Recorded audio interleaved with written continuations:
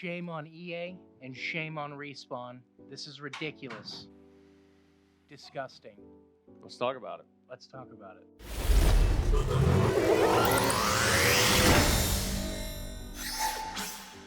So we had two vastly different experiences Very with this different. game. Yeah. I was pretty fortunate. I mean, my frame rate would drop to 15 and 20, and I mean, it was rough at times so far. I mean, I'm about 10 hours in, but for the most part, I'm pretty fortunate. My stuff's pretty stable, and it looks good enough for me, at least. Like, I think it still looks very beautiful. You, on the other hand, Unplayable, man. It's better today. They did some updates, but yeah, dude, a lot of people are just straight up. Like, there's like 4090s out there that can't play. yeah, and see, that's just absurd. I mean, It's I have ridiculous. a 1050 Ti.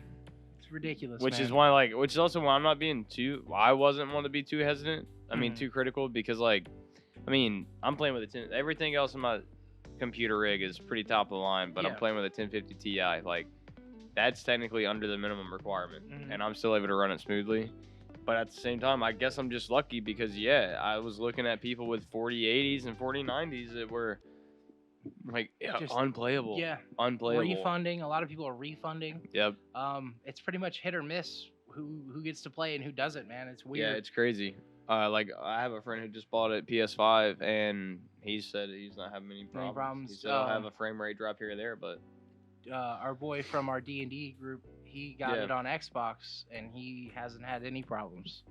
So. Yeah, so I mean, that's weird, but there's no excuse. There's still no excuse. And I think you said earlier, this was the 6th AAA title something like in that. like a year. Yeah, year. So. I know this year it's at least the 3rd, right? Yeah, that's and it's too just many like, AAA dude, titles come on. being like this, man. It's absolutely unacceptable. And I mean, you can talk about how someone might have a worse graphics card, but look at the other games that you're able to play. There's no excuse when you look at Callisto when they fixed it, Dead Space when they fixed it, Hogwarts Legacy ran fine for me. Yep.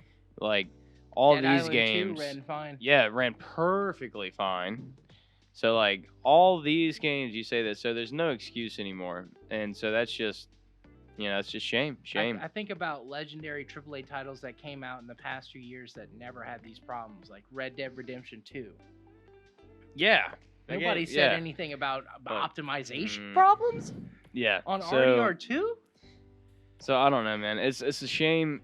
Something's gonna happen. Hopefully, I say this every time though. Hopefully, with this big review bomb, every achievement I'm getting, and I'm barely 10 hours in, is 0.2% of players. So that tells you how many people stop playing this game. A lot. This is not a game you buy right now. No, please do not. But I want to say that for when they fix it or when you decide to buy it, you have something to look forward to. This thing is awesome. Yeah. They took everything that was great about its predecessor and made it better. Just that intro on the city, me going through Coruscant, it looks so good. It looked like the cyberpunk city I wanted. Yep. And we talked about you can tell the detail in the fact that you're not on the surface level, so you look up and you can see where the next level is, but you can also look below. Because sometimes you don't realize when you're seeing these movie shots or these game shots that there might be 100 miles in each direction of more infrastructure. You're just on a level, and it just looks like a city, or in between, and so scaling the neon signs, seeing all the propaganda signs, that opening intro when you're being taken to the senator and they show you his face speeching. That was awesome. And it was just dude, what an intro, and he just looks like a Sith Lord. He's not, but no. I was I thought he was because he looked so gruesome, and I was this is a great introduction. That opening scene, oh man, it's it was good. Dude. That opening sequence, it was great. Cal's got his crew. Yeah, the crew is nice. The companion system that they've done is just like God of War. And I think that type of companion system works so damn well with games like this. It really does, man. I know you had some cool combos. Yeah, the AI, when you put them in a certain way and they can act on their own and they actually fight along with you, it creates natural moments. Like you're playing with a friend. It feels organic. Dude. And it was funny, in the intro, seeing him jetpack everywhere, and he's just how you gonna get up here? Yeah. Yeah. And you're just what's being up? Being a little what's up, cocky man? with Yeah. it, And you're just but oh, guess not what? bad. I'm a freaking Jedi. Yeah. I'm a freaking Jedi, dude. And it feels like that.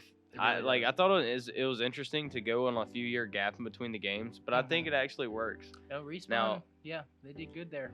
Now, they did the same thing like Cyberpunk did. They introduced a character early that you're supposed to love and get super attached to, and then, you're supposed to mourn them, which I'll say Cyberpunk did more development. Yes. But, like, this one just didn't quite land for me. The new character they added, like, to the group, he landed with me. I like him, and I've gone on and found him, and I like him. Yeah. And I like the characters, but I don't know, like, it felt a little forced to me on that segment. You felt like there wasn't enough history between them.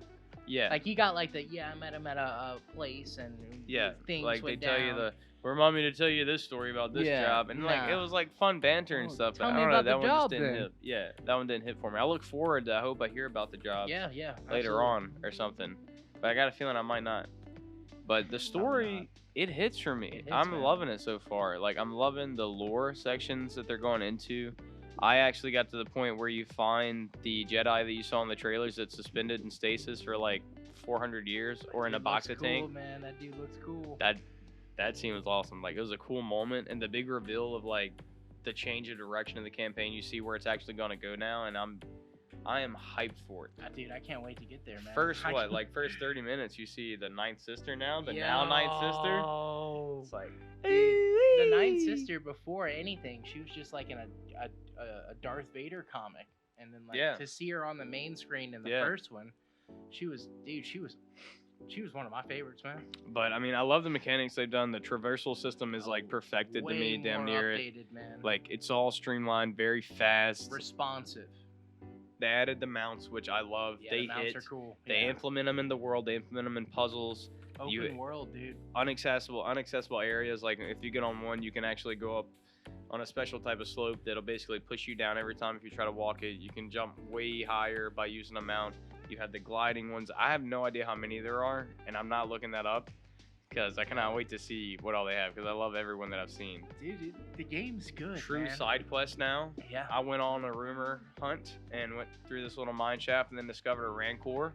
And literally, like, as I'm going through this mine, I'm thinking, like, man, like, I'm playing on normal, which the last one I played on hard, so maybe that's why it feels so easy. But I was like, man, this game feels, like, pretty easy, though.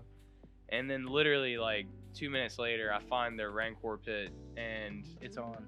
Dude, I've fought that thing like 50 times, and I still haven't killed it. It reminds me of... It can two-shot me and one-shot me. It reminds me of that, in the first Jedi Fallen Order, the three-headed toad thing. Yeah, the three-eyed toad. Yeah. He was like the first, like, hey, this is where the game. They actually have a reference. Oh, really? To that. Yeah, that's awesome. It's pretty cool.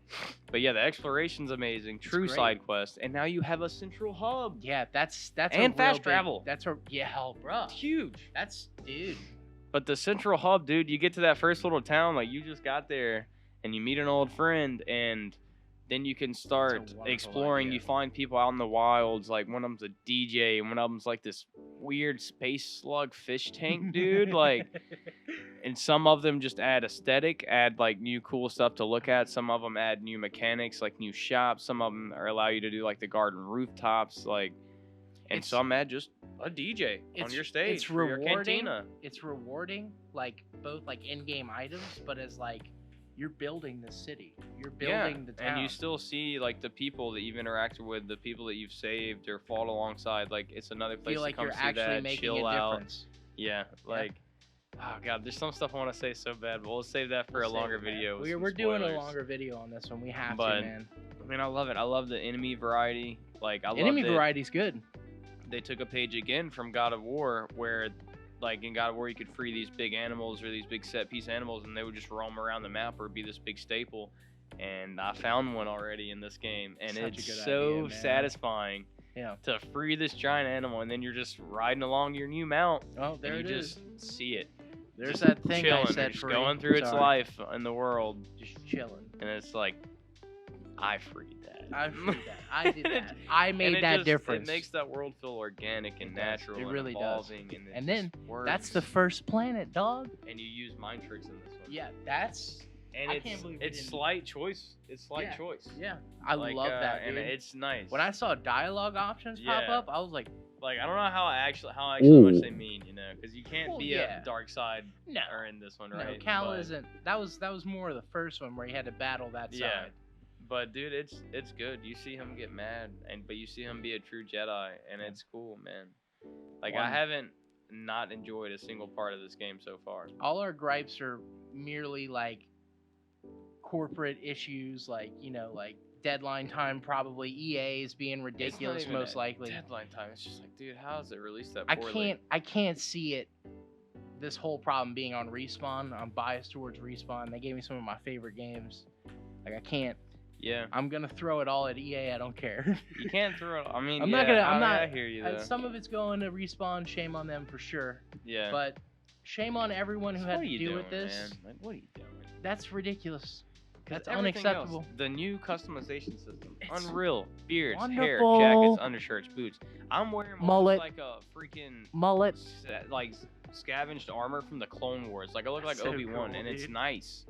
And then the fucking like, excuse my language, but the lightsaber, like customizing that, it's so in depth and looks so cool and satisfying. Different BD1. metals, different pieces. BD1, like, so clean. It's good. You can like change your stances too. Yeah, like on the fly, like clean, awesome. Each you really got to think has about its own your skill build. tree. Yeah, like skill trees look amazing. Like this game has hit it for me. Yeah. Like it is it. Just fix it. Please fix it, man. Just fix it. People will come back and play. This game is good enough. It's definitely a wait, even if it's just a week. Hopefully it is just like a week, but wait to buy it. Please wait. At that $70 purchase price. It is $70, man. But, I mean, if you love Star Wars, you love RPGs, you love open world games, this is a freaking good game, dude. Yeah, man. It is. It's really good. It's just unacceptable. But, I mean, with that, we'll call it, guys. We hit 135 subs, so we're very appreciative of that.